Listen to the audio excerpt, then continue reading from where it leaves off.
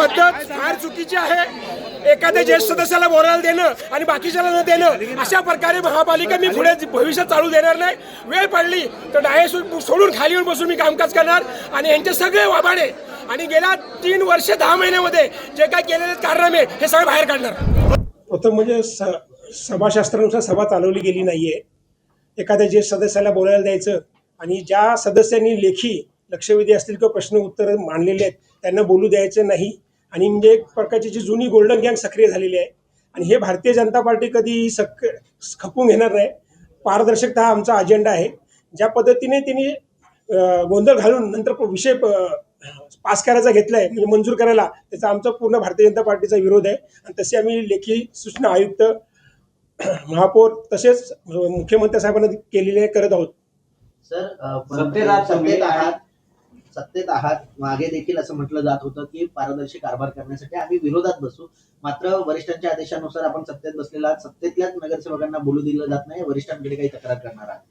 नक्कीच, कारण सत्तेमध्ये जर आम्ही सामील असलो, वरिष्ठांच्या किंवा पक्षाच्या आदेशानुसार आम्ही सत्तेत सामील आहोत, पण सत्तेमध्ये जर सन्मानपूर्वक जर वागणूक दिली जात नसेल, आमच्या सदस्यांना बोलायला जर दिलं जात नसेल तर नक्कीच आमचा त्याला विरोध असेल। चुकीच्या गोष्टीचा जो पायंडा ह्याच्या आधी होत होता, गोल्डन गँग किंवा इतर ज्येष्ठ लोकांना बोलायला द्यायचं आणि विषय गुंडाळायचा, नंतर गोंधळ घालायचा आणि विषय मंजूर करायची, ही प्रथा आम्ही ह्यापुढे कधी होऊ देणार नाही। आणि ती आताही जे केलेलं आहे ते आम्ही त्याला विरोध करून आम्ही ते बंद करू। पुढे अशीच प्रथा चालत राहिली तर विरोधी बाकावर तुम्ही जाणार का? नक्कीच। सन्माननीय मुख्यमंत्री देवेंद्र फडणवीस साहेब, प्रदेशाध्यक्ष रवींद्र चव्हाण साहेब, संजयजी केळकर साहेब, आमदार निरंजन डावखरे आणि आमचे जिल्हा अध्यक्ष संदीपजी लेले यांच्याशी चर्चा करून वेळ पडली तर महापौर पदाचा मी राजीनामा देईन आणि समोरच्या बाजूला बसून हे सगळ्या ज्या गोष्टी चुकी चालल्या ह्या मी भविष्यात होऊ देणार नाही। आणि भारतीय जनता पार्टीचा हा अजेंडाच आहे की क्लॅरिटी, पारदर्शकता।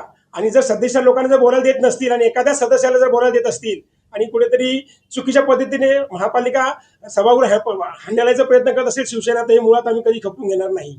सर, सभागृह नेते असं म्हणतायत की भविष्यामध्ये अशा प्रकारची कुठलीच गळचेपी जी आहे ती होणार नाही, सगळ्या सदस्यांना आम्ही बोलायला देऊ। मात्र आज जे झालं त्या संदर्भामध्ये उपमहापौर, महापौर यांची बैठक घेऊन, गटनेत्यांची बैठक घेऊन योग्य तो निर्णय घेतला जाईल।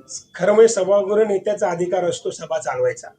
ज्या टायमाला सन्माननीय सदस्य नजीब मुल्लांनी जो विषय सोडून बाहेरचा विषय आणला सभागृहात आणि त्या विषयावर कमीत कमी अर्धा ते पाऊण तास चर्चा चालली होती, मग ते सभागृह नेत्यांनी थांबवायला पाहिजे होती। त्यांनी नंतर त्याच्यावर सारवासार करून लक्षवेधी घेतलेल्या सदस्यांना घेऊ द्यायचं नाही, प्रश्न उत्तराला घेऊ द्यायचं नाही आणि लगेच सभाशास्त्रानुसार सभा चालून विषय गोंधळामध्ये मंजूर करायची, ही जी स्ट्रॅटेजी आहे पूर्वीची, ही आम्ही भविष्यात काही चालू देणार नाही आणि त्याचा आम्ही निषेध करतो। आणि सभागृह नेते ज्येष्ठ आहेत, त्यांना भरपूर अनुभव आहे, पण त्यांनी सभाशास्त्रानुसार सभा ह्या पुढे चालवावी ही आम्हाला त्यांच्याकडे आमची प्रमुख मागणी आहे। अन्यथा आम्ही आमच्या विरोधाभाकावर बसण्यास आम्ही कमी नाही पडणार। ओके।